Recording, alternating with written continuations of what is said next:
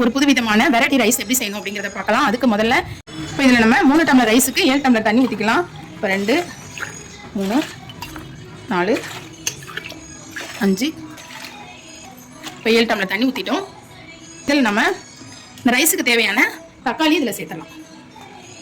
தக்காளி நல்லா கழுவிட்டு சேர்த்துக்கோங்க.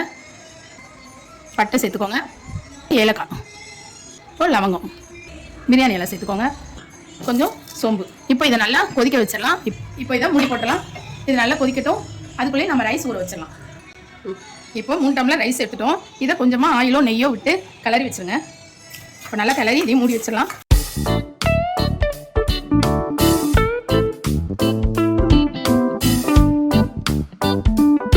இப்போ 3 பச்சை மிளகாய், 5-6 பூண்டு, இஞ்சி. இப்போ இதை நசுக்கி வச்சுக்கலாம்.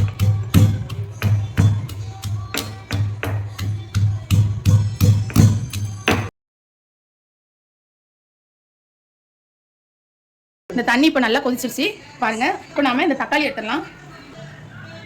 தோல் எல்லாமே அதுவே வந்துருச்சு. இதே மாதிரி நீங்கள் இந்த தோலெல்லாம் எடுத்துடலாம். தக்காளியில் தோலை எடுத்துட்டு இதை நம்ம என்ன செய்யணும் அப்படிங்கிறத பார்க்கலாம். இப்போ இந்த தண்ணியை நாம இதில் வடிகட்டி வச்சுக்கலாம். இப்போ இதை நம்ம வடிகட்டிட்டோம். இந்த தண்ணியில் நம்ம இப்போ ரைஸ் பண்ணிடலாம். இப்போ வந்து நம்ம தாளிச்சிடலாம். இப்போ தாளிக்க அன்னாச்சி பூ நம்ம 10 தனியா விதைகள் வச்சுருக்கோம், ஜாதி பத்திரி போட்டிருக்கோம். இப்போ இது நல்லா பொரியட்டும். இல்லை ஒரே ஒரு வெங்காயம் போட்டுடலாம். நம்ம நசுக்கி வச்சுருந்தோம் இல்லையா, அதையும் சேர்த்துடலாம். தேவையான அளவு கல் உப்பு சேர்த்துக்கலாம். இப்போ இது நல்லா ஃப்ரை ஆகட்டும். இப்போ இது நல்லா ஃப்ரை ஆனோடனே நம்ம வந்து தோல் எடுத்து வச்சுருந்தோம் இல்லையா, அந்த தக்காளி சேர்த்துக்கலாம். இப்போ நம்ம இந்த தக்காளி சேர்த்துக்கலாம். நல்லா வதக்கி விட்டுலாம். தக்காளி நல்லா வெந்திருக்கு, நல்லா வதங்கிடும். இப்போ நாம் மிளகாத்தூள் சேர்த்துக்கலாம். நல்லா வதக்கி விட்டுலாம். நல்லா வதங்கிருக்கு. இப்போ நம்ம ஊற வச்சிருந்தோம் இல்லையா, அந்த ரைஸை சேர்த்தலாம்.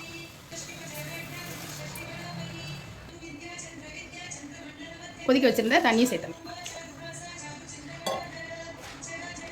இப்போ இதை அப்படியே கிளறி விட்டுருங்க. இதை அப்படியே மூடி போட்டலாம். மூடி போட்டு அப்புறமா பார்க்கலாம். நல்லா கமகமன்னு நல்ல வாசமாக இருக்குது நம்ம அந்த கொதிக்க வச்ச தண்ணி. இப்போ நம்ம மூடி போட்டலாம், அப்புறமா பார்க்கலாம். நீங்கள் இந்த 2 விசில் வந்தோடனே ஆஃப் பண்ணிடலாம். விசில் வந்தோடனே பார்க்கலாம். A few moments later. இப்போ நமக்கு நல்லா ரெடி ஆயிடுச்சு. சூப்பரான வெரைட்டி ரைஸ், தக்காளி சாதம் எது வேணாலும் சொல்லலாம், ரெடி ஆயிடுச்சு. இதே மாதிரி இதே மெத்தடில் செஞ்சு பாருங்கள். இந்த மெத்தடில் செய்யும்போது ரொம்ப ரொம்ப டேஸ்டியாக இருக்கும். இதே மாதிரி செஞ்சு பாருங்கள்.